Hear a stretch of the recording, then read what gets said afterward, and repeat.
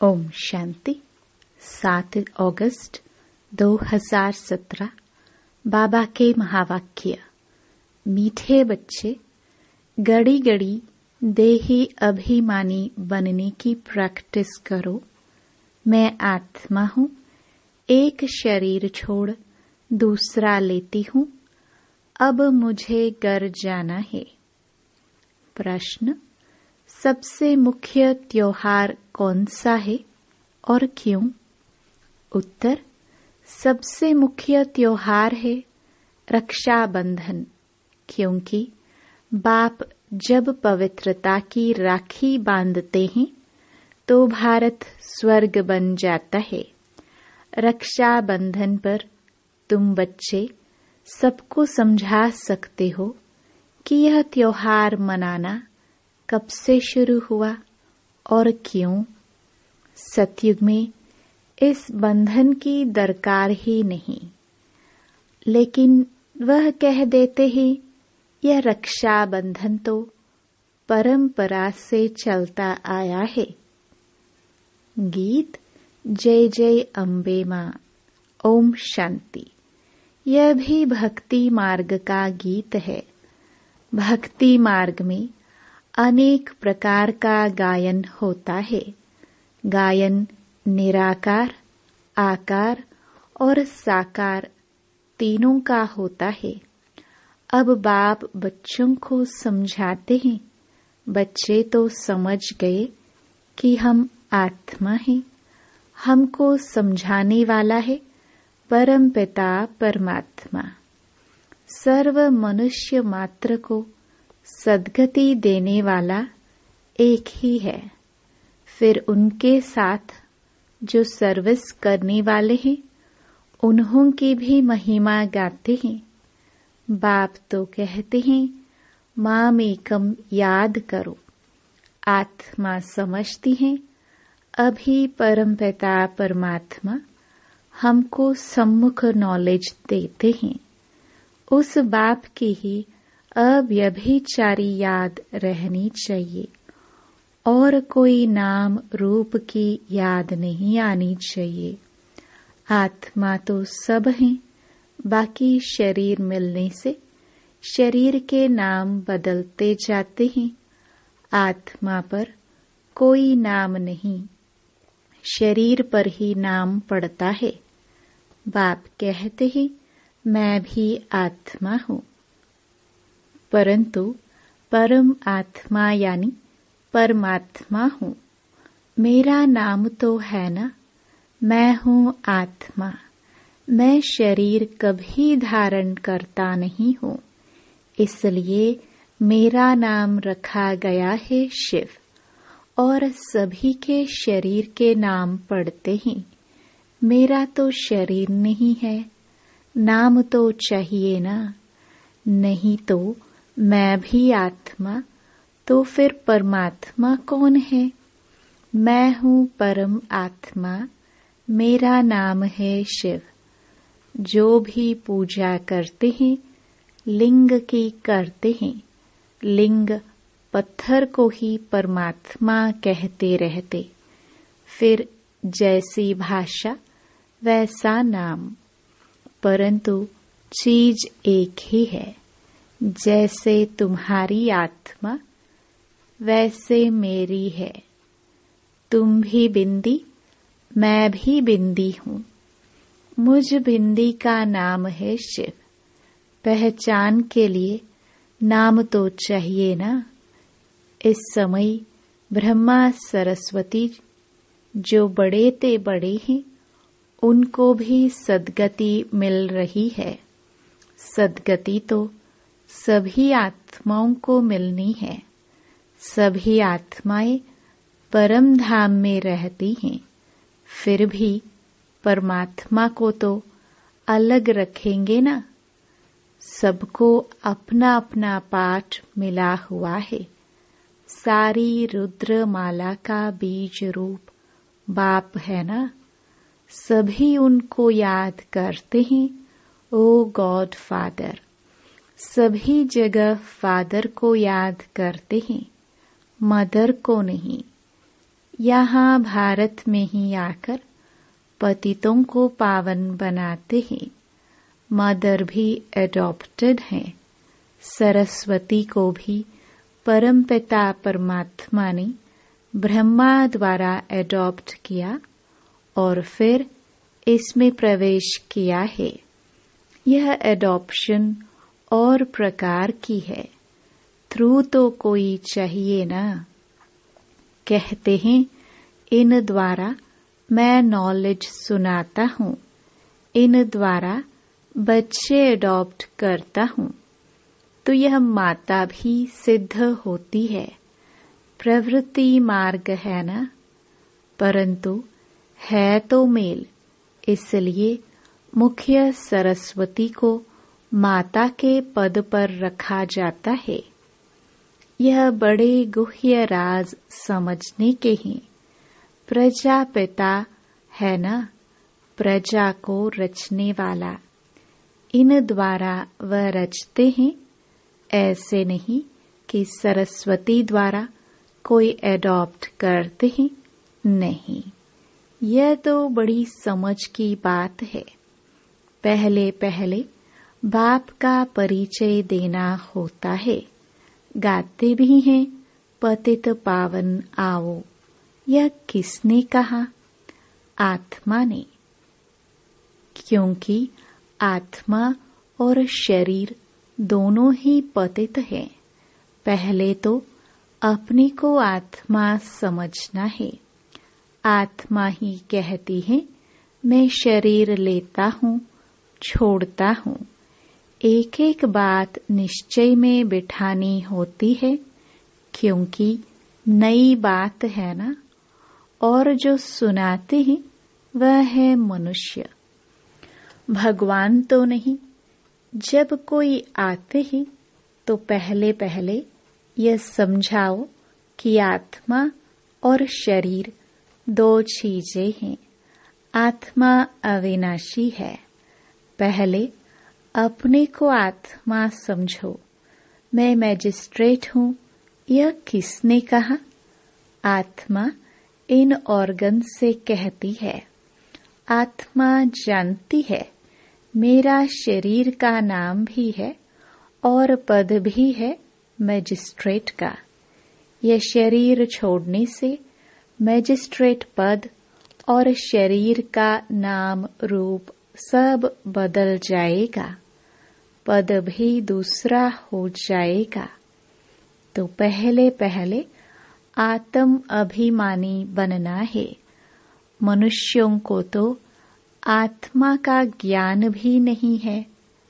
पहले आत्मा का ज्ञान देकर फिर समझाओ। आत्मा का बाप तो परमात्मा है। आत्मा दुखी होती है तो पुकारती है ओ गॉड फादर। वही पतित पावन है। आत्माएं सभी पतित हो गई हैं, तो जरूर परमपिता परमात्मा को आना पड़े। पतित दुनिया और पतित शरीर में बाप खुद कहते हैं मुझ दूर देश के रहने वाले को बुलाते हैं, क्योंकि तुम पतित हो, मैं एवर पावन हूँ। भारत पावन था, अभी पतित है। पतित पावन बाप आकर आत्माओं से बात करते हैं। ब्रह्मा तन में आकर समझाते हैं। इसलिए इनका नाम है प्रजापिता। ब्रह्मा द्वारा प्रजा रचते हैं। कौन सी? जरूर नई प्रजा रचेंगे। आत्मा जो अपवित्र है उनको पवित्र बनाते हैं। आत्मा पुकारती है हमको दुख से छुड़ाओ, लिबरेट करो। सबको लिबरेट करते हैं। माया ने सबको दुखी किया है। सीताओं ने पुकारा है ना। एक तो सीता नहीं, सब रावण की जेल में विकारी भ्रष्टाचारी बन गए हैं। है ही रावण राज्य, राम तो है ही निराकार। राम राम कहते हैं ना, एक को ही जपते हैं। गॉड फादर शिव निराकार, तो उनको ऑर्गन्स चाहिए ना। तो शिव बाबा इन द्वारा बैठ समझाते हैं, तुम आत्मा भी पतित हो तो शरीर भी पतित है। अभी तुम श्याम हो, फिर सुंदर बनते हो। बाबा ज्ञान का सागर, ज्ञान की वर्षा करते हैं, जिससे तुम गोरे बन जाते हो। भारतवासी गोरे थे, फिर कामचिता पर चढ़ सांवरे वैश्य शूद्र वंशी बन पड़े हैं। चढ़ती कला बाप करते हैं, फिर रावण आता है तो सबकी उतरती कला हो जाती है। भारत में पहले देवताओं का राज्य था, अभी नहीं है। परमात्मा इस शरीर द्वारा तुम बच्चों को समझाते हैं।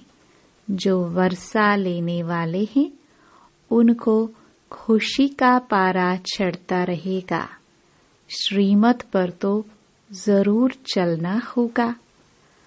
आप पावन बनाने आए हो, मैं भी जरूर पावन बनूंगा, तभी पावन दुनिया का मालिक बनूंगा। यह प्रतिज्ञा करनी होती है, यही राखी बंधन है। बच्चे प्रतिज्ञा करते हैं बाप से। यह कोई लौकिक देहदारी बाप नहीं है, यह तो निराकार है। इनमें प्रवेश किया है।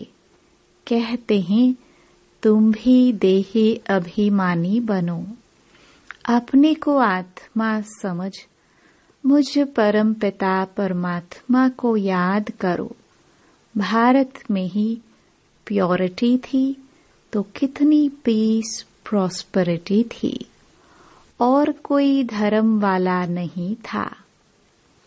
तुम कहेंगे बाबा हमको ऐसा समझाते हैं, तुम भी समझो। बाप को याद करने से ही विकर्म विनाश होंगे। पावन बनाने वाला एक ही बाप है। बाप समझाते हैं तुम आत्मा हो, तुम्हारा स्वधर्म शांति है। तुम शांति धाम के रहने वाले हो। तुम कर्म योगी हो। साइलेंस में तुम कितना समय रहेंगे? अपने को आत्मा समझ, बाप को याद करो तो विकर्म विनाश होंगे। कलयुग में है ही सब पतित। तुम जानते हो हम संगम पर पावन बन रहे हैं। पतित दुनिया का विनाश होना है। यह महाभारत लड़ाई है।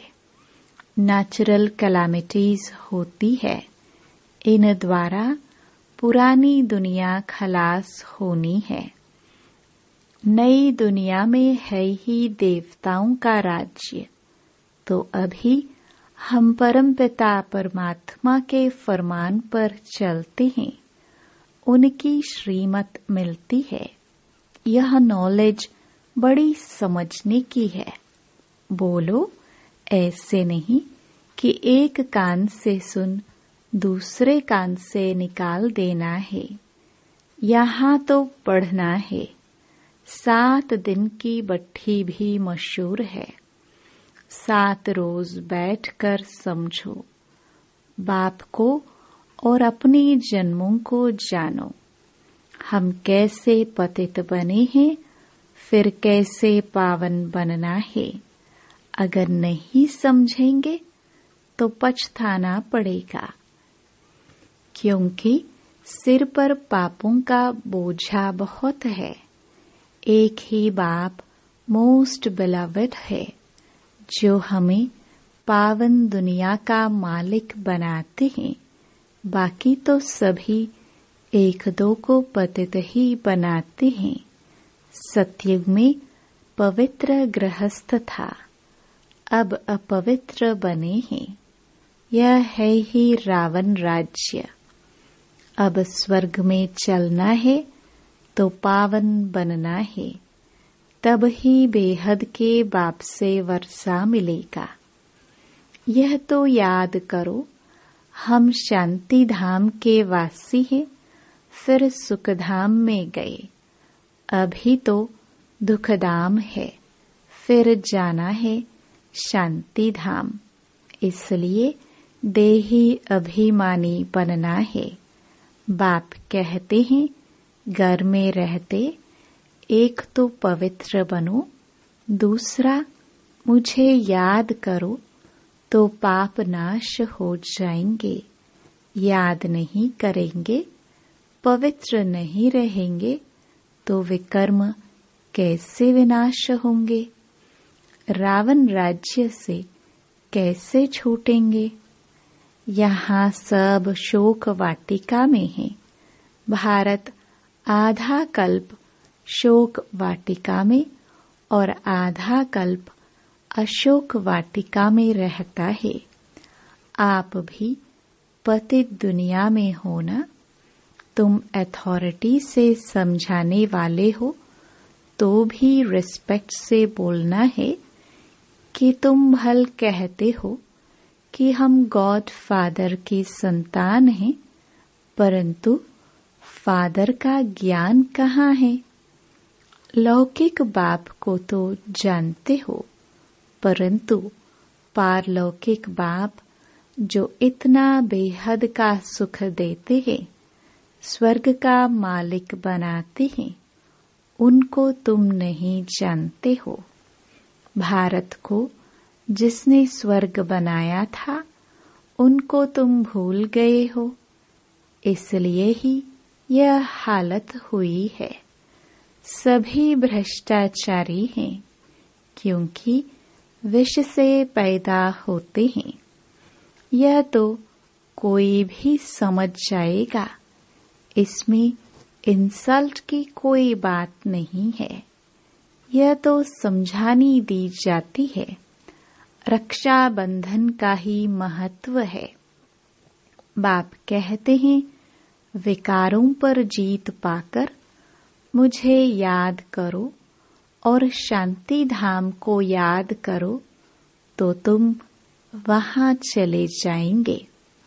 बुद्धि में यह याद रहना चाहिए, हम सुखधाम में जाते हैं वाया शांति धाम। पहले देही अभिमानी जरूर बनना पड़े। मैं आत्मा हूँ, एक शरीर छोड़ दूसरा लेता हूँ। बाप ने यह भी समझाया है कि मनुष्य कुत्ता बिल्ली नहीं बनता है। मनुष्य तो भक्ति मार्ग में कितने धक्के खाते रहते हैं। अभी तुम बच्चे भाषण में समझाते रहो कि तुम पतित हो ना, तब तो पतित पावन बाप को याद करते हो। सब सीताएं शोक वाटिका में हैं। दिन प्रतिदिन शोक बढ़ता ही जाता है। जिन्होंने राज्य लिया है वह भी समझते हैं बहुत दुख है। कितना माथा मारते रहते हैं। एक को शांत कराते तो दूसरा खड़ा हो जाता है। लड़ाई लगती ही रहती है। शांति के बदले और ही अशांति होती जाती है। बाप आकर इस दुख अशांति को मिटाए सुखधाम बना देते हैं। पुरानी दुनिया में है दुख, नई दुनिया में है सुख। यह राखी बंधन का बड़ा त्योहार है। समझाना है यह रिवाज किसने डाला है। पतित पावन परमपिता परमात्मा, उसने आकर पवित्रता की प्रतिज्ञा कराई है।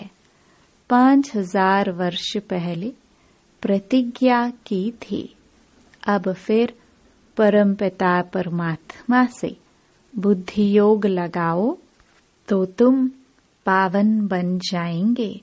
पूछो, राखी कब से बांधते आते हो? कहते हैं यह तो अनादि कायदा है। अरे, पावन दुनिया में थोड़े ही राखी बांधेंगे, यहाँ तो कोई पावन है नहीं। अब बाप फरमान करते हैं कि पवित्र बनो तो पवित्र दुनिया में चलेंगे। प्योरिटी है फर्स्ट। पवित्र प्रवृत्ति मार्ग था, अब नहीं है। स्वर्ग में दुख का नाम ही नहीं होता है। नरक में फिर सुख का नाम नहीं होता है। भ्रष्टाचारियों को अल्पकाल का सुख मिलता, श्रेष्ठाचारियों को आधा कल्प सुख मिलता है।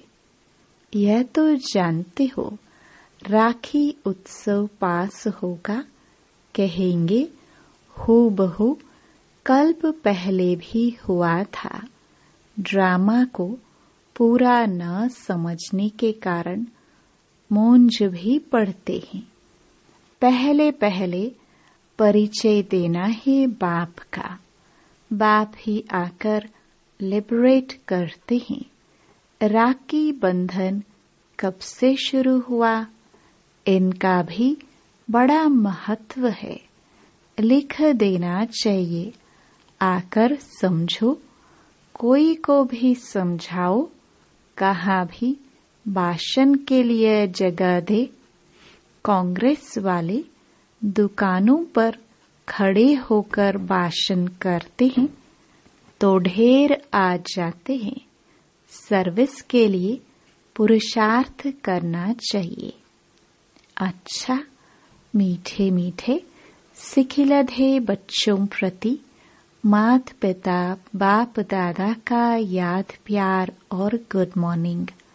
रूहानी बाप की रूहानी बच्चों को नमस्ते। धारणा के लिए मुख्य सार। पहला, अथॉरिटी के साथ साथ बहुत रिस्पेक्ट से बात करनी है। सबको पतित से पावन बनाने की युक्ति बतानी है। दूसरा, एक अव्यभिचारी याद में रहना है। किसी भी देहधारी के नाम रूप को याद नहीं करना है। पावन बनने की ही प्रतिज्ञा बाप से करनी है। वरदान, बिजी रहने का सहज पुरुषार्थ द्वारा निरंतर योगी, निरंतर सेवाधारी भव। ब्राह्मण जन्म है ही सदा सेवा के लिए। जितना सेवा में बिजी रहेंगे उतना सहज ही मायाजीत बनेंगे। इसलिए जरा भी बुद्धि को फुर्सत मिले तो सेवा में जुट जाओ। सेवा के सिवाय समय नहीं गवाओ। चाहे संकल्प से सेवा करो, चाहे वाणी से, चाहे कर्म से। अपने संपर्क और चलन द्वारा भी सेवा कर सकते हो। सेवा में बिजी रहना ही सहज पुरुषार्थ है। बिजी रहेंगे तो युद्ध से छूट निरंतर योगी, निरंतर सेवाधारी बन जाएंगे। स्लोगन, आत्मा को सदा तंदुरुस्त रखना है तो खुशी की खुराक खाते रहो। ओम शांति।